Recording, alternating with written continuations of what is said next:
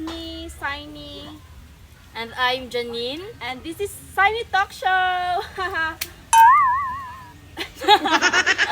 So today, kinaday diri sa Anin, di ko mag-English ka, basig man-nosebleed daw siya. What? So ang atong interviewin karon kay si Anin. So Anin, What?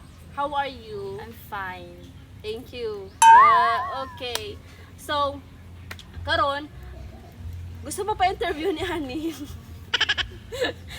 Gusto niya magpa-interview about sa iyang life. Kaya ako karon diri ra mga jay kay interview si Anin about sa iyang life o paano mo ma-inspire sa iyang life. Okay. Yes. Kasi pangalan ni mo Nin. My real name is Janine Rose Masalon. Okay, kumusta naman imong kinabuhi Anin? Okay lang, all goods. Pwede ka mag-share about sa imong life? Usa ba ka student baka Actually, ano ko, student ko, graduating student, grade 12.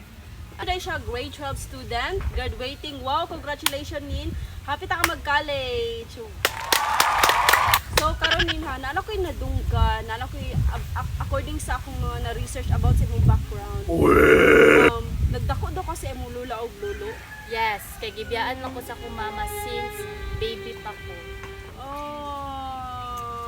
Di juday limno ang kaagi ni Anin na nagdako siya na wala inahan pero wala pa man kay papa. Yes, na ako'y papa. Pero ako'y mama. Ay, na ako'y mama, pero gibiyaan lagi.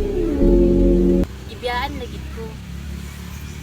When in terms of gibyaan, as in gibyaan juga na abandon na lang something ana. Yes. So very sad I mean. So kisa man nagatiman sa imuha pagkabata nimo, pagka-baby nimo sa nagdako ka. Ang nagatiman sa kuha, sugad pagbata na ako, kaya ako ang lula o lulo. Sila yung nagpadako sa kuha. So karon Nin, unsay mong maisulti sa imuhang mama? Masulti lang sa akong mama nga, ma, are you happy? Nagibiyaan ko nimo. Bitaw ni, sa bitaw. Kumayon sa akong mama nga, ma, salamat ka mo kay mo kay anak. Wa ko ni anak. Walay gwapa nga po sila lula o lulo. Ayaw hilak ni, nasa tissue. So unsa man imong maingon sa mga tao na biskan wala ka inahan? I mean, unsa ang mas ano